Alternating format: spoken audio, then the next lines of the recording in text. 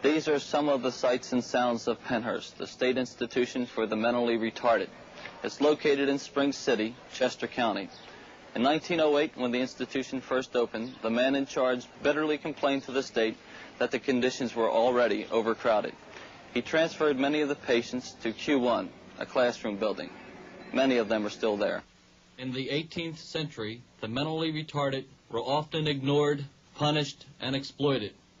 Today, things are supposed to be different. Modern 20th century man is much more scientific and civilized. Today, we no longer punish the mentally retarded. We don't exploit them either. We have come a long, long way. Now we ship them 25 miles out of town to a state-operated institution and forget them while they decay from neglect.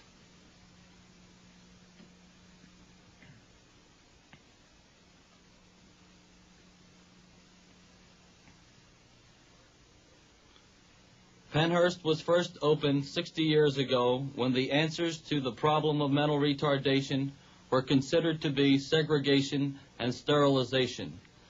Sterilization, of course, is a thing of the past, but the archaic practices of segregation and custodial care are still with us and seemingly with the approval of society.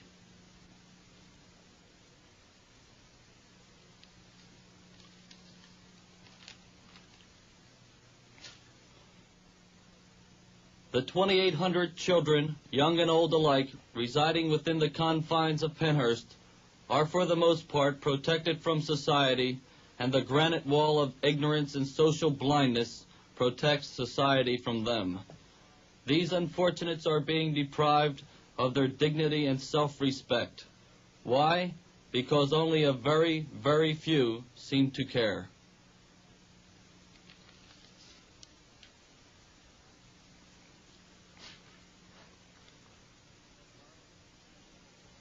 The horrible and almost inhumane conditions that prevail at Pennhurst are not the fault of a handful of dedicated doctors, administrators, and attendants employed there. No, the children, as they are all called, who are rotting in their cages, cribs, and beds, can thank society for their dreadful plight. We have forsaken them, not in the sense of what we have done to them, but because of what we have failed to do on their behalf.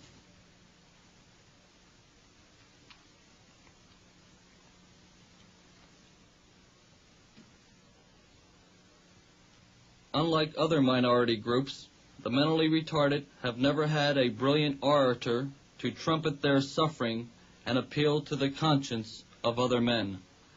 Many of these children have always been without the benefit of parental love or guidance, partly because of the stigma of shame attached to their illness. They have been abandoned and placed at the mercy of the state. In the case of Pennhurst, the state has failed to do its moral duty. During the next 4 evenings, TV 10 will delve into the problems of Pennhurst. We hope to find out why the current conditions exist, what are the problems facing the people running the institution, what has been accomplished in the past, and what must be done to correct the injustices the mentally retarded have endured much, much too long. We entitle our investigative report, Suffer the Little Children. As we mentioned last evening, the personnel employed here are for the most part dedicated, but even the most sincere people can be pushed beyond their professional capabilities. One case in point are the physicians. There are only 9 MDs and 2 psychiatrists working at the institution on a full-time basis. They are responsible for 2,800 sick children, society's children. This fact sometimes forces medical personnel to work beyond their limitations and serve as disciplinarians. One case in point, Dr. Jesse Fear, a medical doctor. I question him on just how he handles patients with behavior problems. We have found of late that it is quite effective to downgrade him a little bit and put him on a locked cottage with autistic type children or hyperactive children, a classification that used to be called low grades or that sort of thing. and it offends their dignity somewhat, and they don't like it. Well, you offend their dignity on purpose by putting them on this profoundly retarded ward. In other words, say a child with an IQ of, say, 69 or so would be put on in a cottage with children with an IQ of 10 or 20, and this is how you lower their dignity. Do you find this an effective measure? We have found it in some cases to be effective, but in other cases, why, it doesn't work out. Doesn't this degrade the person who is being disciplined to the point that he may regress? I doubt it very much. Actually, what we're trying to do is degrade him to a certain extent amongst his fellows here. They make fun of him then for a while afterwards. But I don't think there's anything inhumane about it or anything of that sort. How else do you deal with patients that are hyperactive?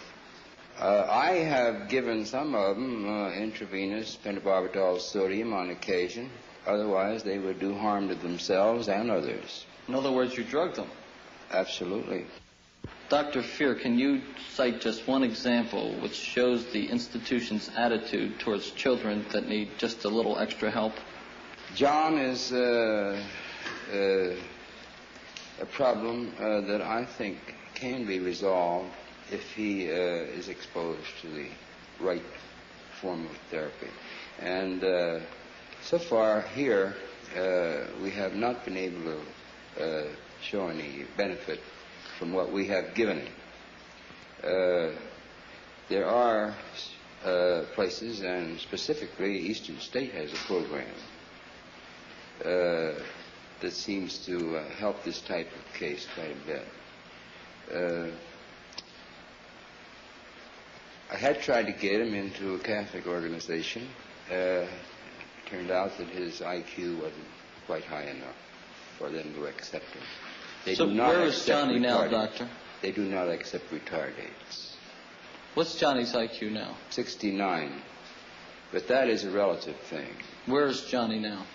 Johnny is on Q2. You have just heard about Johnny. He's been causing discipline problems here at Pennhurst, so they thought they would send him to Q2. We thought you would like to see where Johnny lives. Johnny, can you talk? Yes. Do you like it here at Pennhurst? No. Why not, John?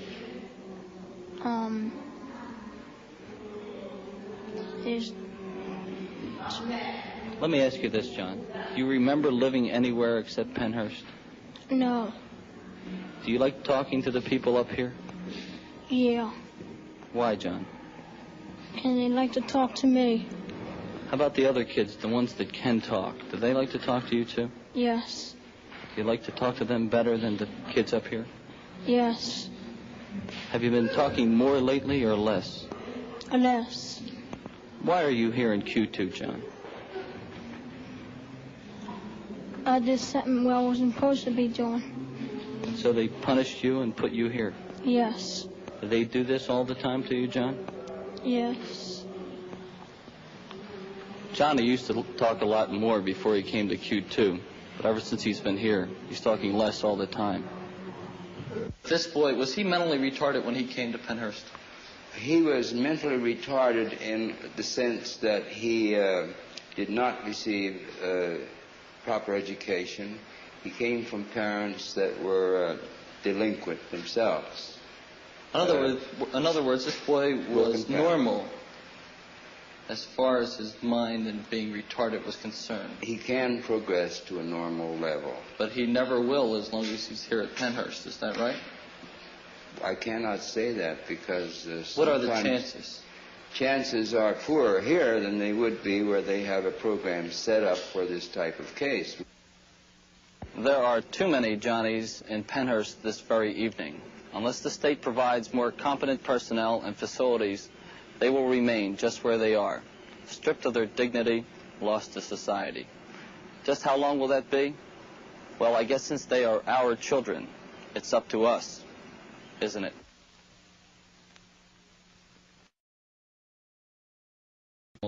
Then the Commonwealth of Pennsylvania allows Pennhurst to spend on its 2,800 retarded children.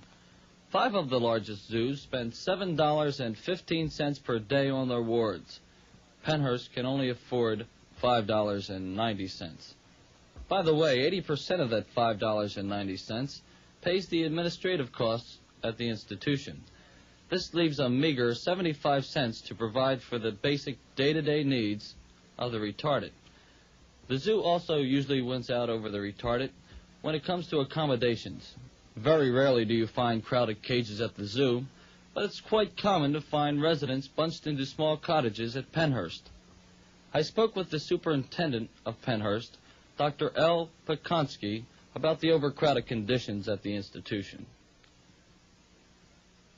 Yes, our rated capacity is 1,984. And how many people do you have?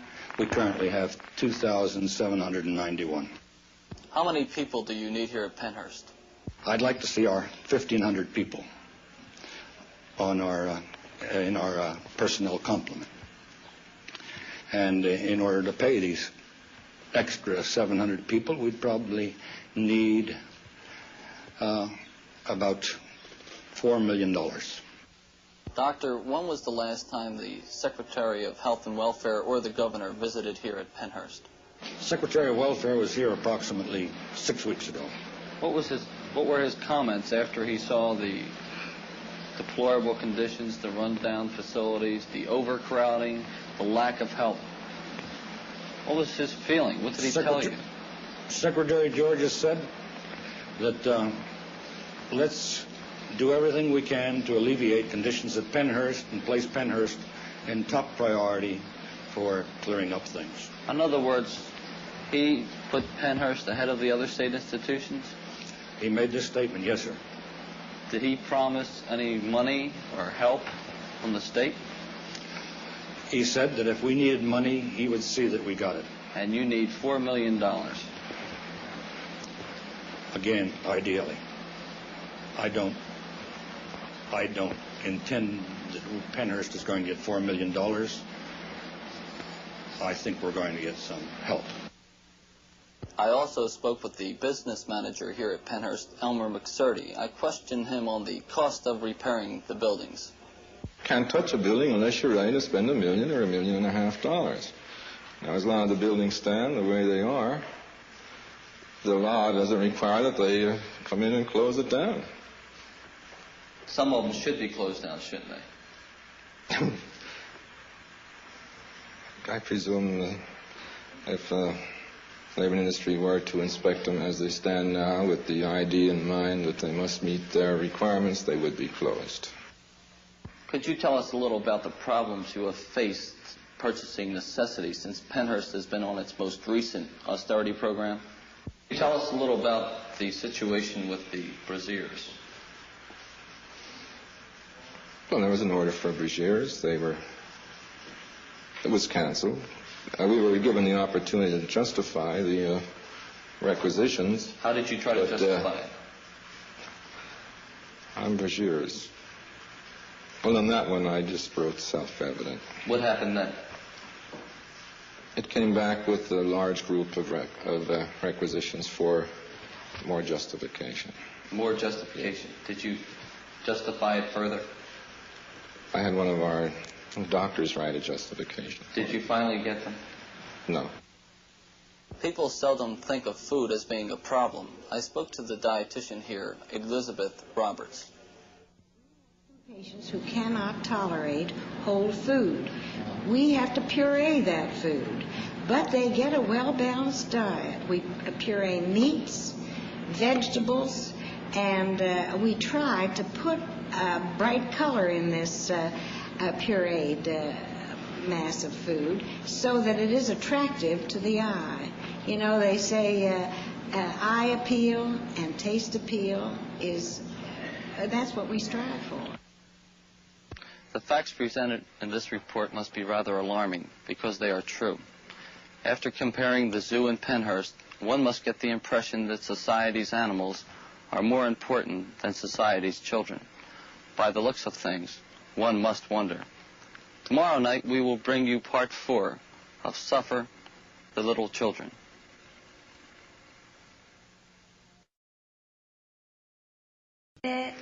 This means happiness to most, but to the mentally retarded, it means life itself. This boy and 213 others just like him are enrolled in special rehabilitation programs at Pennhurst. Thanks to these limited projects, they are improving their mental and physical skills by leaps and bounds. The director of several of these programs, M. Harris Schaefer, explains how a little help in money can go a long way. A program has been developed at Pennhurst State School and Hospital, federally funded, to work with and rehabilitate the severely and profoundly retarded. Here we see music therapy, in which we are working with the emotional levels of the youngsters and developing emotional response. Many of these youngsters had never had the opportunity to handle and work with tools that so many normal children take for granted. Learning to cut, learning to crayon, learning to develop their ABCs. Feeding is a very, very important part of the program.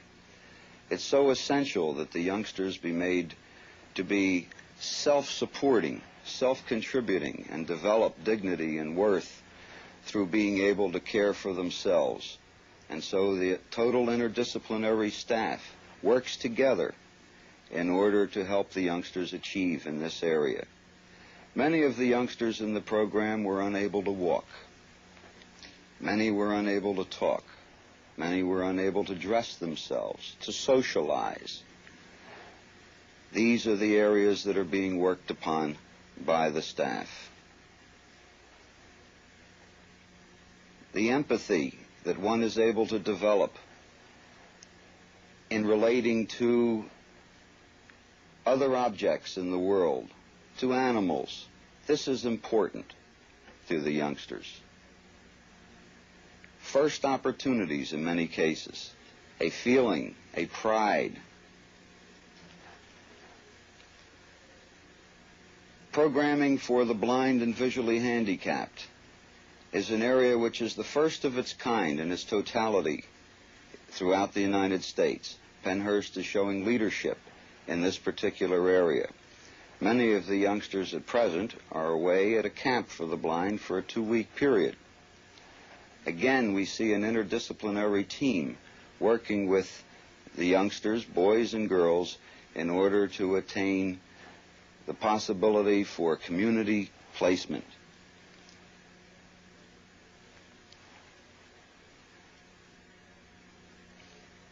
In many of these programs, we've developed to the point where an 8-month period has enabled youngsters to develop 14 months of growth during that space of time. A work activity center is a newly developed program at Pennhurst. A project involving 12,000 items for Smith, Klein, and French is now coming to a close.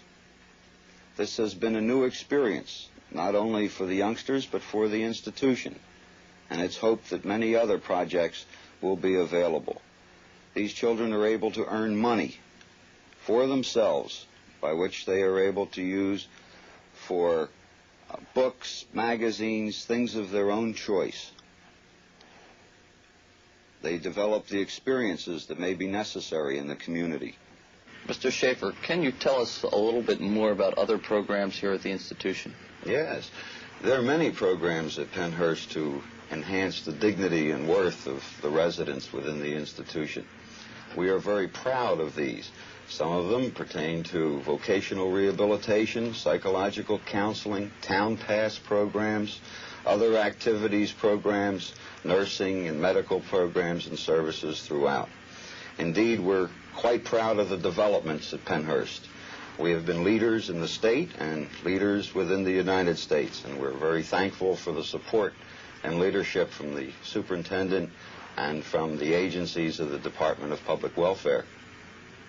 It's hard to believe that blocks like these can mean so much. Proper facilities and funding has given over 200 boys and girls at Pennhurst somewhat of a new lease on life. However, 2,600 others have little to look forward to because of a lack of funds, facilities, and staff. Recently, Governor Raymond Schaefer announced that $43.5 million in revenue would be turned back to the Commonwealth. Many of us are hoping some of that money finds its way to Pennhurst. Meanwhile, 2,800 retarded children there will be hoping and praying that the governor hasn't forgotten them. Before we begin tonight's final installment, it is with great regret that I tell you that reporter Bill Baldini, who has worked continuously on the series, has practically collapsed from sheer exhaustion and is unable to read the words which he has written to finish the series. So it is with considerable pride that I conclude this report for him. Bill wrote as follows: "We have brought the sights and sounds of Pennhurst into your homes in their most brutal and constructive forms.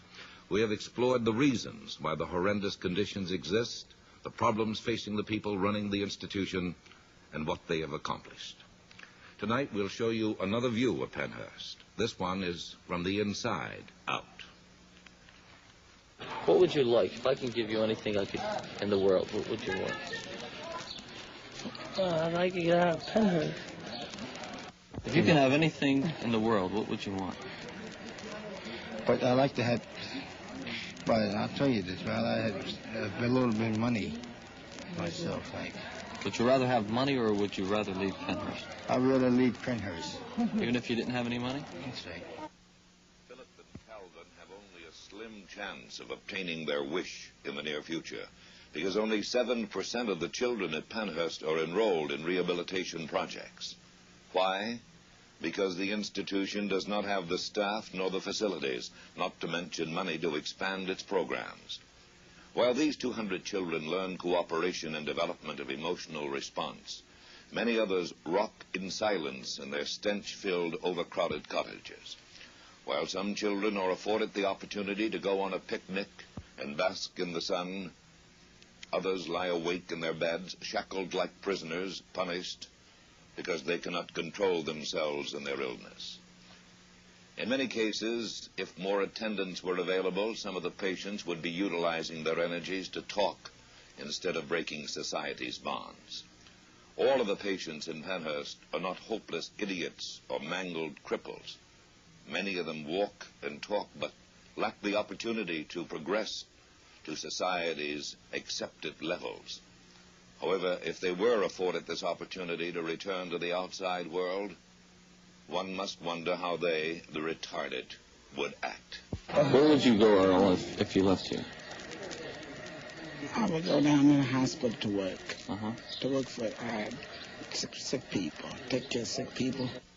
The conditions at Pennhurst have been withering for quite a while because of the lack of public interest. The institution is a monument to apathy and will remain that way until change can be brought about by concerned action. This social indifference stresses the hangover of 19th century philosophy, which condemns the mentally retarded to a bare existence in facilities like Pennhurst. These children can be helped, and they are depending on society to care enough about them. Do the people outside love you? Do they care about you? Well, I haven't been around them not been around them enough to see that. But do you think they care about you? I think so. Who cares about you? None of my parents don't care for me. How about other people? The other people, they don't care for you, so just go look for trouble, that's all. How about the people who don't live in Pennhurst? Do you think they care about you? No. The retarded have been ignored, forgotten, and pushed out of our minds much too long. In some cases, their feeling of being abandoned has stunned their progress. Others have just become more bitter. Do you have a lot of visitors, Calvin? No, I don't have nobody that's been here. I've been in this, now this is Tuesday when I came here to vibrate. I was a little baby. When was the last time you had a visitor here? 1940. 1940. They walked out on me. Who walked out on you, Calvin? My sister did. There seems to be no compassion for human life when it comes to the retarded. A typical prescription for a child that gets out of hand by at least one physician is harsh disciplining. Dr. Jesse Thier relates one instance he was directly involved in. This one day I was running dispensary, and one of the boys came in there, and he had an awful big welt on the back of his head. And I'd been hearing about this fellow, but this was the first time that I ran across something concrete. The boy told me who did it. When dispensary was over, I came out the back way, and there was this Ernie sitting on a railing at the back of the canteen. And I was really hot and bothered at the time. And I said, listen, you so-and-so, you touch one of my boys again, and I personally am going to take care of you myself. Who did this, doctor? An attendant? No, it was a patient. One of the patients hurt another patient. Yeah. I see. Ernie was a patient. So he says, you don't dare to touch me. There's nothing you can do to me. I says, well, before this day is out, you're going to find out what I can do for you. And then I had to start thinking about what I could do. I didn't know what I could do. So about 1 o'clock, a detail man came in, and I asked him what the most painful injection was that he had that wouldn't do any harm to the patient, of course. And I set this up and got him over on his cottage about 7 o'clock that night. And I forced him, I talked him into getting down on the bed. I didn't use any abuse on him at all. And gave him this injection, and he really hit the ceiling over that. Why do you think Pennhurst is in the condition it is? I think Pennhurst is in the condition it's in because nobody cares.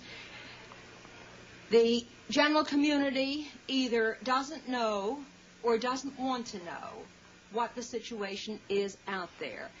Many of the children are victims of neglect of their own family, and in many instances it's almost understandable because the parents have no choice in the matter. And it must be a dreadful, dreadful feeling for a parent to know that their own child is living under such conditions. People may not even want to say anything about it because they may be afraid of reprisals. But this condition, this horrible, horrible condition at Pennhurst must not be permitted to exist. It is, without a doubt, one of the worst residential facilities in the country. It received a very low rating from the American Association for Mental Deficiency. There is no reason in this day and age, with federal funds available, for such a place to exist. And if you have to lay the blame somewhere, you have to lay it on a number of people. The people that are running it, the state, and the general community, because people must begin to care about their fellow man. The sickening and almost unviewable conditions of the institution is largely due to overcrowding and the lack of personnel to provide elementary care. In many cases, children churn in their own filth for only one reason: lack of assistance. The ones that speak detest the inhumane conditions and hunger for the slightest sign of affection. However, some of them have become so callous to their plight, they've all but given up. They are alone in a world that seems to lack all compassion. In conclusion, TV10 would like to make certain constructive recommendations. Number one, the state must take the necessary steps to alleviate the overcrowding at Pennhurst. Of its 2,800 patients, half of whom are from Philadelphia, 900 of them should be transferred to a different institution. Number two, more physicians are needed to treat both the physical and mental needs of the patients.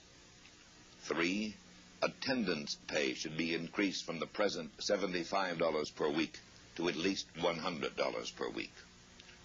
4, a crash program is needed to refurbish old buildings, and new ones should be built to replace the ones that should be condemned. 5, there are 900 women in Pennhurst. However, there is no gynecologist on the full-time staff. 6, there are only 11 teachers employed at the institution, and none of them is certified in special education. Even though some choose to degrade and castigate the children, a number of the patients manage to hang on and maintain their faith in other human beings, as well as something of a higher order. Joe, how long have you been in Pennhurst?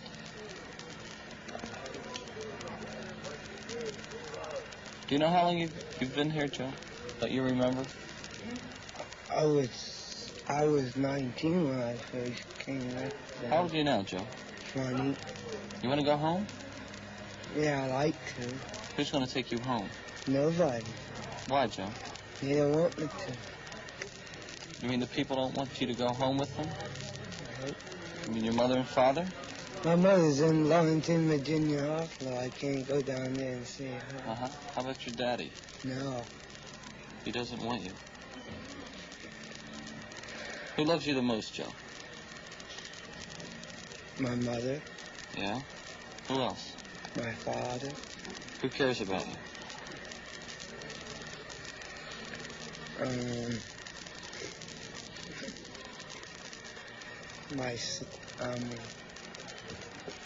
Does anyone ever come and visit you, Joe? No, they don't. Would you like somebody to visit you? Yes. What would you like most in the whole world? Yeah. A what? What would you like most in the whole world? The whole world? Mm-hmm. God. Suffer children to come to me, and forbid them not, for of such is the kingdom of God.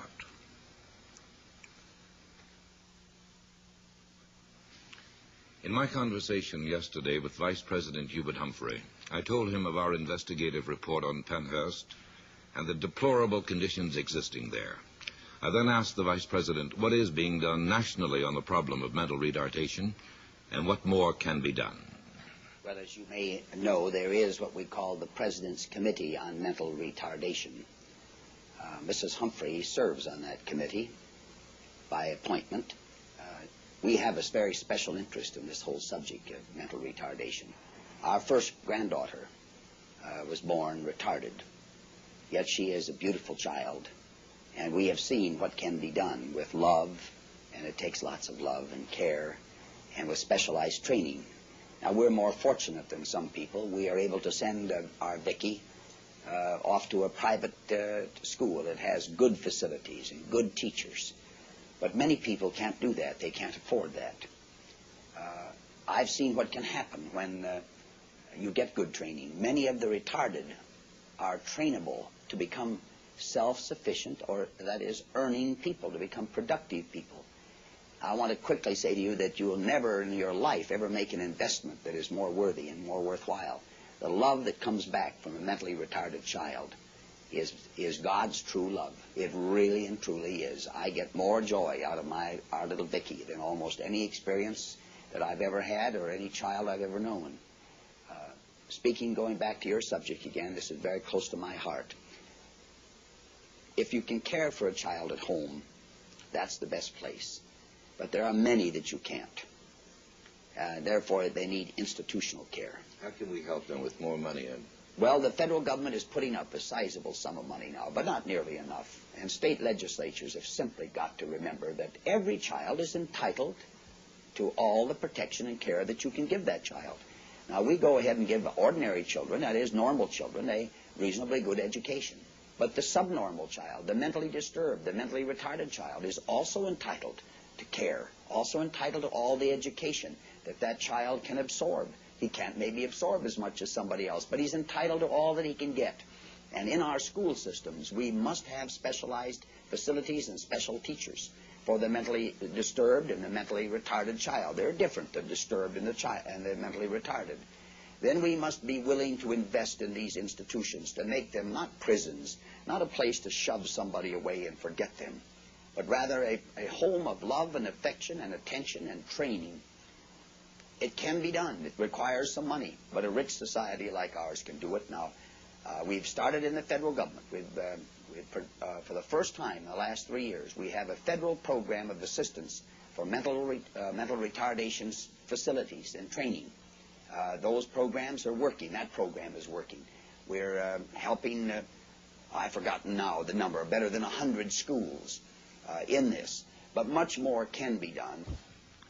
On specifics, the Vice President told me of his great pleasure on visiting the school attended by his granddaughter, Vicky.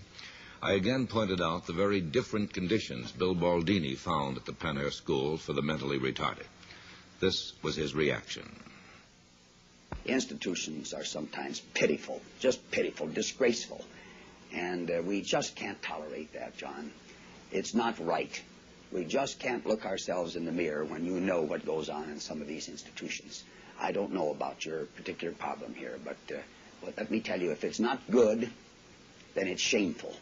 Because this rich country, this great country, and I must say it is very great and very rich, can afford to take care of the least of these.